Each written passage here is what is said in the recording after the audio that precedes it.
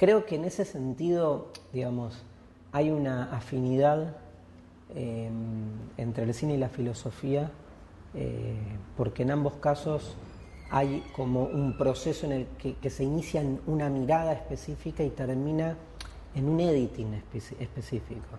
Yo creo que el cine es como la prueba más manifiesta, casi como un disparador, no como un disparador, como un hilo conductor que nos permite darnos cuenta que en realidad todo ejercicio de construcción de sentido siempre es un editado. O sea que en el cine el recurso está claro, pero es muy interesante cómo cuando uno traspola ese funcionamiento de la edición cinematográfica al resto de los géneros culturales, encuentra cómo ese funcionamiento se reproduce, ¿no? Yo creo que hacer filosofía es trabajo de edición. O sea, tenemos una serie de lecturas que hacemos a lo largo de la vida y después tomamos, recortamos, pegamos y decidimos qué montaje generar. Y más en estos últimos tiempos donde realmente seguir creyendo la posibilidad de crear un pensamiento nuevo me parece una ilusión, me parece otro de los tantos pastiches que venimos concibiendo en los últimos tiempos. Entonces hay una afinidad, pero sobre todo el cine se ha vuelto, en ese sentido creo, casi como un ejemplo, como un evidenciador, ¿no?, de la estructura de edición que realizamos en la mayoría de nuestras actividades intelectuales y en mi caso en la filosofía. Me siento inclusive más cómodo con una filosofía que se piensa a sí misma, recortando y pegando y buscando, digamos, los modos en todo caso originales de mezclar lo que hasta ahora no ha sido mezclado, o de, jugando con las palabras, poder entender algún tipo de concepto nuevo, pero siempre remitiéndonos a esa mochila de la que provenimos, que son los conceptos de la historia de la filosofía. Quiero decir, nadie crea conceptos desde la nada. La filosofía tiene mucho más que ver con un ejercicio de relectura de las relecturas de las relecturas, ¿no? Como esa idea de Sloterdijk, que hacer filosofía es escribirle cartas a sus amigos, ¿no?, donde uno en realidad está leyendo las cartas que nos llegan de otros pensadores y las respondemos y se da un diálogo abierto e infinito donde suponemos que estamos hablando sobre las cosas, pero estamos hablando sobre lo que otros creen que están diciendo sobre las cosas, y ese juego infinito de palabras va construyendo el discurso filosófico. Me parece que la particularidad del cine es que esto, digamos, lo pone en evidencia, ¿no? Siempre recuerdo una película de principios de siglo llamada Magnolia, que es una película norteamericana de Paul Anderson, que además, digamos, es la primera vez que veo el cine como justamente hablando de sí mismo en el lugar fundamental de importancia que pone al montaje, ¿no? Digamos, porque Magnolia comienza justamente mostrando de qué modo la diferencia que hay entre el cine, no lo dice así, pero más o menos, la diferencia que hay entre el cine y la vida real es que en la vida real no editamos, nada más. Pero si en la vida real editáramos, todas nuestras vidas serían más interesantes, ¿no? Y me parece fantástico pensar esto, sobre todo cuando nosotros escribimos nuestra propia historia, ¿no? Si yo te preguntara a ti sobre tu propia vida, lo primero que harías es un editing, ¿no? Evidentemente no me vomitarías la historia de tu vida de manera lineal, sino que empezarías a relacionar, a conectar, a potenciar, a darle más luz, a darle más importancia a una escena sobre otra. Podríamos incluso llegar a una conclusión así absurda que no es el cine que copia la vida, sino la vida que está copiando al cine, ¿no? Sobre todo para hacer de nuestras vidas algo más interesante. No, bueno, no hay un pensamiento. Bueno, después todo lo que dije, te imaginarás que no hay un pensamiento, entiendo yo, original. Al revés, te diría que es muy tradicional porque la forma que tengo de plantear, sobre todo en el libro, la cuestión de la luz en relación a la mirada, tiene, te diría, casi un origen sino platónico, por lo menos medieval, ¿no? En esa forma en la que después Heidegger sobre todo rescata la cuestión de la luz en relación al claro de bosque, ¿no? Que es básicamente entender que cuando miramos, ¿sí? Y partiendo de la idea de mirada, en tanto mirada, pero también como metáfora de todo conocimiento posible, no participan solamente dos actores, sino tres, ¿no? Entonces, esto de salirnos del pensamiento binario, ¿no? Que entiende al acto de conocimiento como un acto de dos, con un sujeto que conoce y un objeto conocido, está obturando justamente la conciencia de que para que alguien mire a un objeto tiene que haber luz, y la luz es algo que nos excede.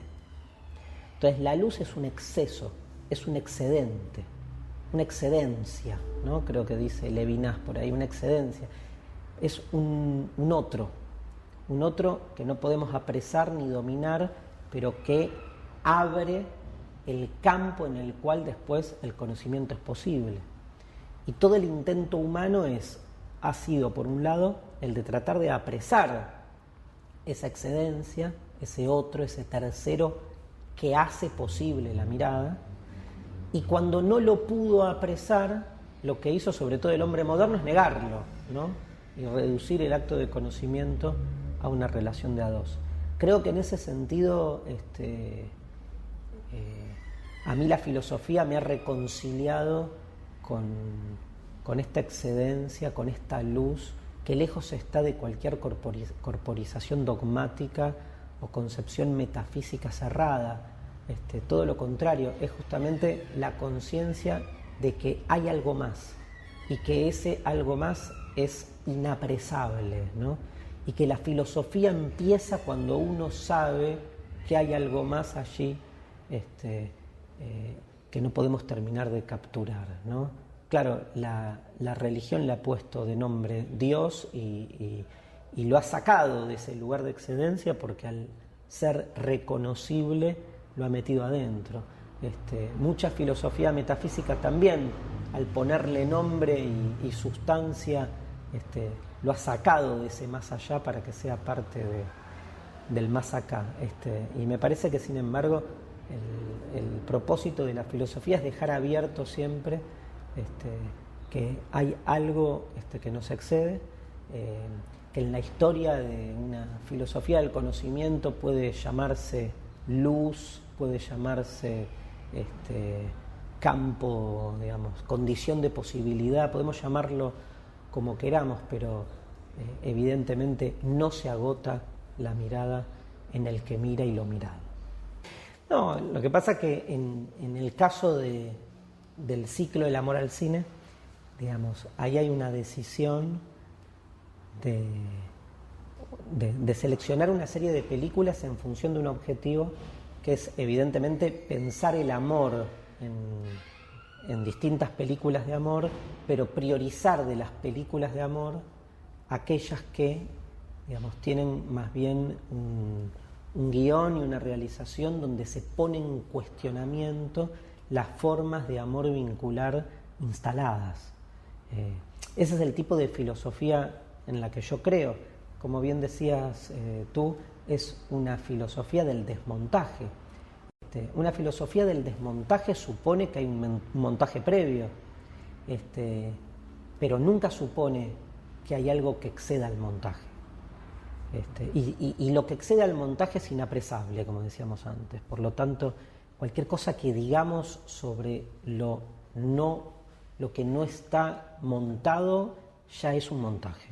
O sea que es imposible en algún punto referirnos a ello, pero sí es posible entender que si todo es montaje, podemos también generar un ejercicio de desmontaje, y sobre todo para aquellos que presentan su montaje como si no lo fuera. Yo creo que la filosofía básicamente es un ejercicio de desmontaje porque es una forma de resistencia contra aquellos que no se hacen cargo de que lo suyo es una interpretación más, una forma más de concebir lo real y la presentan como si fuese lo real en sí mismo. Y con el amor es aleatorio en algún punto que el tema sea el amor. Podría haber hecho tranquilamente un ciclo sobre el poder y el cine, o un ciclo sobre la amistad y el cine, digamos. La elección del tema del amor provino del canal, de Canal Encuentro, que es donde pasamos el ciclo, y que, digamos, tiene que ver con que hay una proliferación de películas de amor en la historia del cine, y que además se juntan dos elementos más. La filosofía es un acto de amor, ¿no? Porque básicamente es amor al saber, ¿no? Digo, está muy presente el amor en la filosofía misma. Y lo otro que nos parecía interesante por ser el amor algo muy cotidiano, ¿no? Entonces, la propuesta del programa es hacer una introducción y un epílogo a películas de amor desde la concepción filosófica del amor presente en cada película, en cada film. Y en ese sentido, siendo el amor algo muy cotidiano, algo muy llano, algo que cualquier persona lo vive, lo concibe y tiene una posición al respecto, nos parecía que también podía ayudar a que la gente se enganche rápidamente. Pero bueno, el propósito, digamos, el objetivo siempre estuvo claro. O sea, ninguna película termina bien, ¿no? O sí, pero tiene consecuencias, efectos colaterales. O sea, elegimos justamente aquellas películas que lo que proponen es un desmontaje del amor tradicional y justamente la búsqueda explorativa de nuevas formas de pensar el amor. Y también priorizamos la diversidad de la procedencia, películas coreanas, de Hong Kong, argentinas, latinoamericanas, europeas, de todo tipo, también norteamericanas, también de cine de Hollywood. Fue como una mezcla un poco de todo. Y distintos tipos de amores, siempre planteando en este ciclo en particular el amor vincular de pareja, pero distintos tipos de amores, me refiero a amores heterosexuales, homosexuales, monogámicos, no monogámicos. La idea era un poco hacer explotar eso. Hasta pasamos una película, tal vez para mí es la más representativa del ciclo, que es el amor de un joven con una muñeca, ¿no? Una muñeca, una película que se llama Lars y la chica real, que es de un joven que se enamora de una muñeca de plástico, ¿no? Y genera una muñeca sexual, pero genera toda una relación amorosa con todo un pueblo que de algún modo es cómplice de ese amor. Entonces, me parece que de ese modo logramos como hacer implotar las formas de amor tradicionales. Nuestra experiencia marca eso. Las devoluciones han sido siempre por esa línea de un profundo agradecimiento por haber generado en el amor angustia. Cuando uno piensa que una película de amor tiene que terminar rosa y con champán, digamos, reconciliamos al amor con su carácter angustiante, que es algo que para mucha gente le posibilita entrarle al amor desde un lugar distinto. Yo he ido con el ciclo de cine a lugares a presentar películas, a lugares así como divergentes, ¿no? A lugares como distintos. Por ejemplo, hemos ido a la cárcel, a un penal que hay aquí de mujeres, la cárcel de Ezeiza, femenina, o sea, presas, mujeres, y le hemos presentado esta película, ¿no? En un ciclo de cine y derechos humanos, donde la mayoría de las películas que se pasaban eran películas más políticas o más jurídicas. Apostamos a ir con una película de amor y tremendo el impacto, ¿no? Tremendo el impacto porque además lo que genera a nivel social, una presa piensa que si algo te traen desde afuera no puede ser una película de amor, y más con el tipo de guión que esto tenía, pero Me parece que el ciclo impactó mucho por eso, ¿no? Y me parece que es un buen ejemplo, una buena prueba de que no es cierto que las recetas tradicionales son las que funcionan siempre bien, ¿no? Que también es posible otra mirada, que es posible trabajar en el cine desde lugares que a priori parecen como no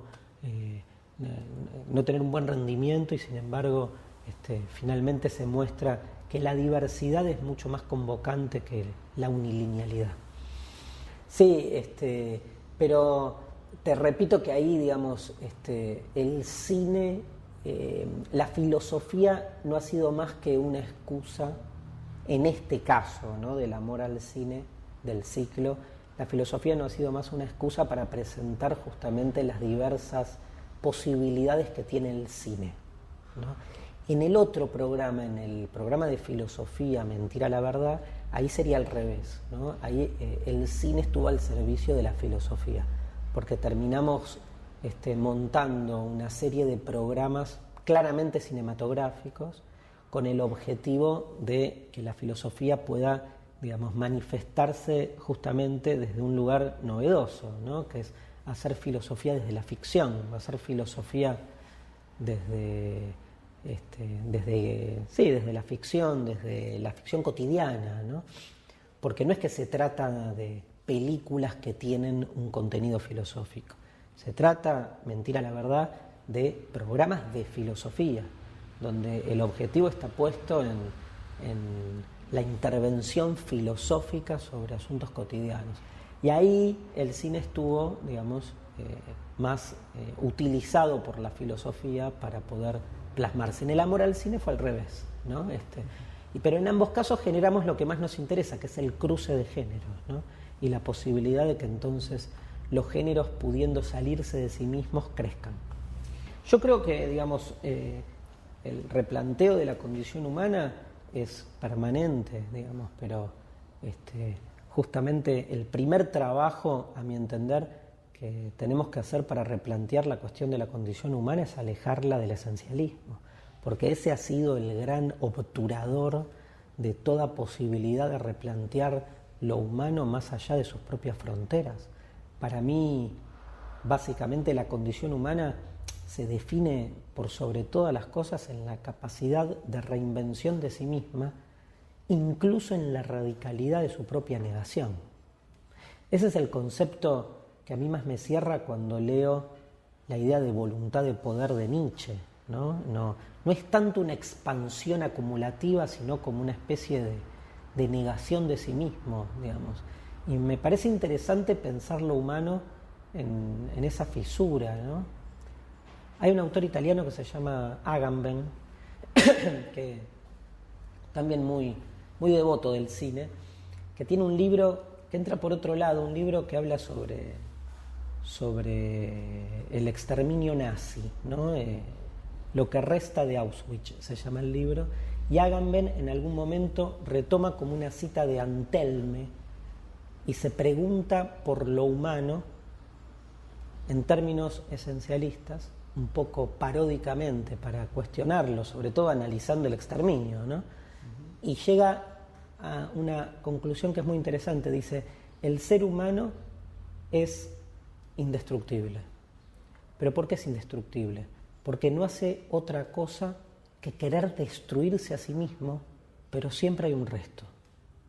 No es indestructible porque seamos superiores, porque lo humano está planteado, y cuanto más avanza la modernidad peor, en una especie de vocación autodestructiva. Y sin embargo siempre sobra, siempre hay un resto, siempre hay una supervivencia, ¿no? Ese resto, dice Agamben, es el modo en que nos permitimos hoy pensar al sujeto. No al sujeto como algo construido, como algo cerrado, como algo definitivo. El sujeto como un resto. Parece tremenda metáfora de la condición humana actual, digamos. Y me parece que el cine tiene la posibilidad de plantear con sus juegos de focos, sobre todo, dónde está ese resto. Cuenta Agamben allí que el resto, digamos, más que simbólico, concreto, de la autodestrucción del hombre por sí mismo, era una figura que había allí, una especie de muerto vivo que deambulaba por los campos de exterminio, que eran, los nazis los llamaban los musulmanes, porque eran seres humanos que habían perdido a tal grado su condición humana que Primo Levi dice, uno los miraba a los ojos y habían perdido la luz de la vitalidad. Uno se daba cuenta que estaban muertos, pero en vida. Y entonces andaban, digamos, como árabes, rezando, medio caídos porque el cuerpo se les caía, ya sin racionalidad, como en el límite con lo animal, totalmente perdidos. Zombies, diríamos, hoy, ¿no? 60 años después. Pero claro, cuando se libera Auschwitz, llega una cámara de la BBC, esto lo cuenta Agamben en el libro, llega una cámara de la BBC, pone la cámara a mostrar lo que hay adentro del campo. Y cuando abren los campos están los sobrevivientes, enflaquecidos, digamos, esqueletos con algo de piel, la cámara fija ahí. Fija la cámara al lado y ve las montañas de cadáveres muertos antes de su incineración, la cámara fija ahí. La cámara puede fijar un sobreviviente y puede fijarse en un cadáver. Ahora detrás empiezan a pasar estos zombies, casi como en una turba, ¿no? La cámara los muestra un segundo y se va. No lo soporta, dice Agamben. Es muy fuerte ver ese documental. La cámara no puede fijar a aquel que no está ni vivo ni muerto. O sea, que está en ese lugar, en ese entre, ¿no? Un entre insoportable para un pensamiento que trata todo el tiempo de capturar y fijar. Yo creo que lo humano se juega ahí. Ese es el resto, ¿no? Digo, entender eso y entender esa imposibilidad es entender lo que somos. Y me parece que el cine es clave, ¿no? En las posibilidades que tiene de mostrar sin mostrar, o, ¿no? En ese juego doble en el que está de algún modo arrojado. A mí me parece como que, digamos, cuanto más el cine crezca en nuevos formatos y nuevas experimentaciones, más gana. Me parece como que hay un propósito originario en el cine que no sabemos cuál es, y nunca lo vamos a saber, por suerte, pero que anima la pregunta por el cine, ¿no? Digo, en el fondo, ¿para qué hacemos cine? Lo que digas va a ser una toma de partido, ¿no? Para contar una historia, ok, pero ya estamos interpretando un propósito originario que puede plasmarse de otra manera. A mí me encantan algunos experimentos que tienen que ver con la imagen. Me parece que el juego de la imagen en algún punto es inédito, ¿no?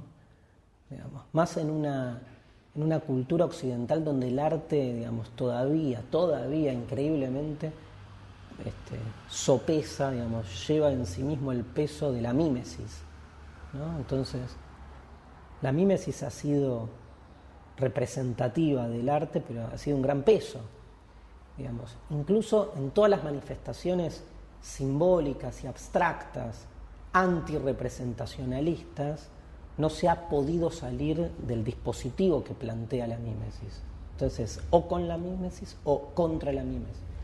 Y en ese sentido me parece que el cine representa, digamos, un cambio de paradigma, ¿no? Porque ya a esta altura pensar que el cine tiene algo de mimético me parece que es una locura. El cine es montaje para mí, ¿no? Digamos, el dios del cine es el editor, ¿no? Yo lo leo desde ese lugar, ¿no?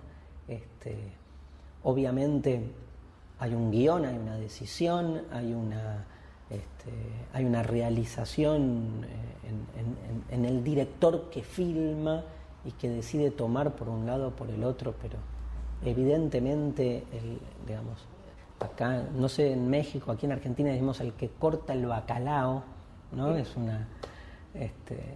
el editor, ¿no? Por eso no es raro que, entiendo yo, los grandes directores son también sus propios editores, ¿no? Ahí se ve como un trabajo en conjunto. Y en ese sentido me parece